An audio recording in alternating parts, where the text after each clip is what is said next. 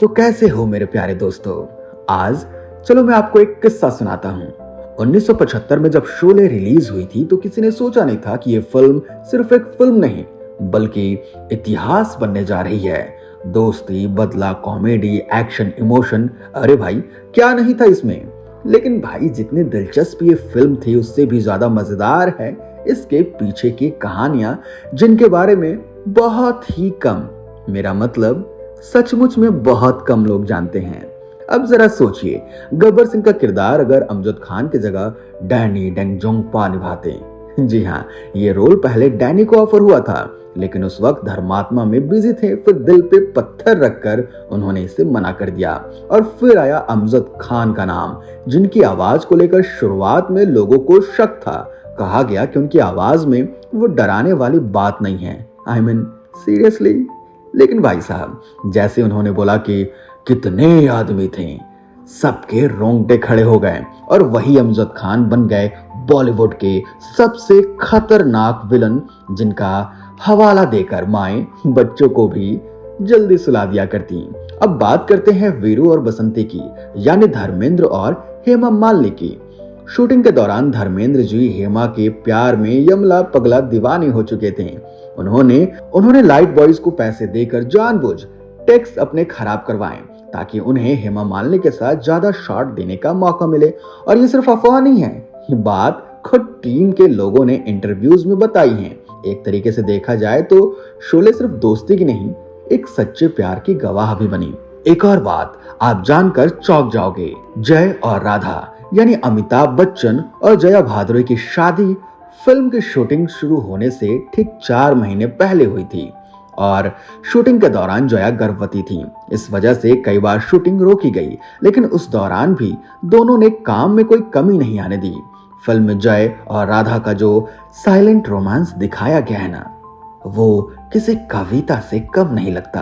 अब आते हैं उस सीन पर जो आज भी हर किसी के दिल में बसा है, वीरू की टंकी पर चढ़कर मौसी से शादी की गुहार लगाना। इस सीन के पीछे का किस्सा बहुत मजेदार है। सलीम जावेद जो फिल्म के डायलॉग और कहानी लिख रहे थे, उन्होंने ये सीन बैंगलोर एयरपोर्ट जाते समय कार की बोनट पर बैठकर लिखा था। अब देखो जरा, आज वही सीन क्लासिक बन चुका है, लेकिन कहानी यहाँ खत्म नहीं होती है। लेकिन क्या आपको पता है, शोले भारत की पहले 70 मिमी और स्टीरियो साउंड वाली फिल्म थी। हालांकि जब फिल्म का प्रीमियम शुरू हुआ तो 70 मिमी प्रिंट कस्टम में फंसा हुआ था। मजबूरी में 35 मिमी प्रिंट से प्रीमियम करना पड़ा, लेकिन जैसे ही असली प्रिंट आया दर्शकों का एक्सपीरियंस 2 गुना हो गया। अब बात करते हैं फिल्म के उस हिस्से पर जो शायद सबसे ज्यादा चर्चा में रहा, क्लाइमेक्स। असली प्लान यह था कि ठाकुर गब्बर को मार डालते हैं, लेकिन सेंसर बोर्ड ने कहा कि अगर ऐसा किया गया तो फिल्म को ए सर्टिफिकेट मिलेगा। और उस जमाने में भाई ए सर्टिफिकेट का मतलब कम दर्शक कम कमाई, इसलिए डायरेक्टर रमेश सिप्पी ने क्लाइमेक्स बदल दिया और गब्बर को पुलिस के हवाले कर दिया। और हाँ, रमेश सिप्पी की परफेक्शन का कोई जवाब नहीं है। ये दोस्ती वाला गाना याद है ना, उस गाने को शूट करने में 21 दिन लग गए। वजह हर सीन को एकदम परफेक्ट बनाना था, चाहे बाइक के स्टंट हो, कैमरा एंगल्स हो, बैकग्राउंड हो, सब कुछ एकदम फुल क्लास। और सिर्फ यही नहीं, जय राधा वाले एक सीन को सूर्यास्त की परफेक्ट रोशनी में शूट करने के लिए 23 दिन इंतजार किया गया। ये होता है कमाल का डेडिकेशन। अब एक थ्रिलिंग किस्सा सुनिए। एक बार एक शूटिंग के दौरान असली गोली का इस्तेमाल हो रहा था और धर्मेंद्र ने गलती से एक गोली चला दी जो सीधा अमिताभ बच्चन के कान के पास से निकल गई। सोचिए, थोड़ी सी भी चूक हो जाती तो क्या हो सकता था, लेकिन किस्मत अच्छी थी, सही सलामत बच गए। शूटिंग कहाँ हुई थी पता है? बेंगलुरु के पास रमणगरा नाम की जगह पर। उस वक्त वहां कोई बड़ा सेटअप नहीं था, लेकिन शोले के बाद वो जगह इतनी फेमस हुई कि आज उसे रामगढ़ के नाम से जाना जाता है।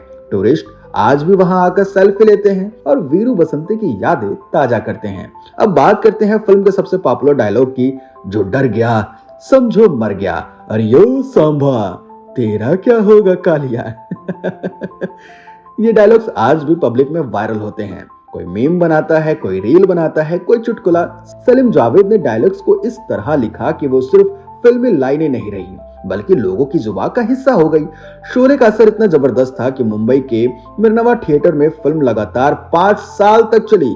आजकल के दौर में जहां फिल्में एक हफ्ते में बदल दिए जाते हैं, वहां शोले का 5 साल तक चलना किसी चमत्कार से कम है क्या? कुछ बातें तो इतनी फिल्मी है कि सुनकर भी यकीन नहीं होता। जैसे कि एक बार धर्मेंद्र नशे में थे और होटल से सीधे पैदल स्टूडियो लोकेशन की ओर निकल पड़े। सुबह जब क्रू वाले उन्हें ढूंढने निकले तो मेकअप रूम में सोते हुए मिले। अब ये बात सच है या नहीं कौन जाने, लेकिन शोले जैसे फिल्म में ऐसा कोई किस्सा हो जाए तो बात अलग ही बनती है। और हाँ, ये भी सुन लो, फिल्म की शूटिंग के लिए विदेशी स्टंटमैन और टेक्नीशियन को बुलाया गया था ताकि हर एक सीन हॉलीवुड स्टाइल में लगे। और सच में एक्शन सीन देखकर लगता है कि 70s के दशक में भी बॉलीवुड कितना आगे था। इतनी सारी कहानियां, इतने सारे किस्से और हर बात में एक नया ट्विस्ट।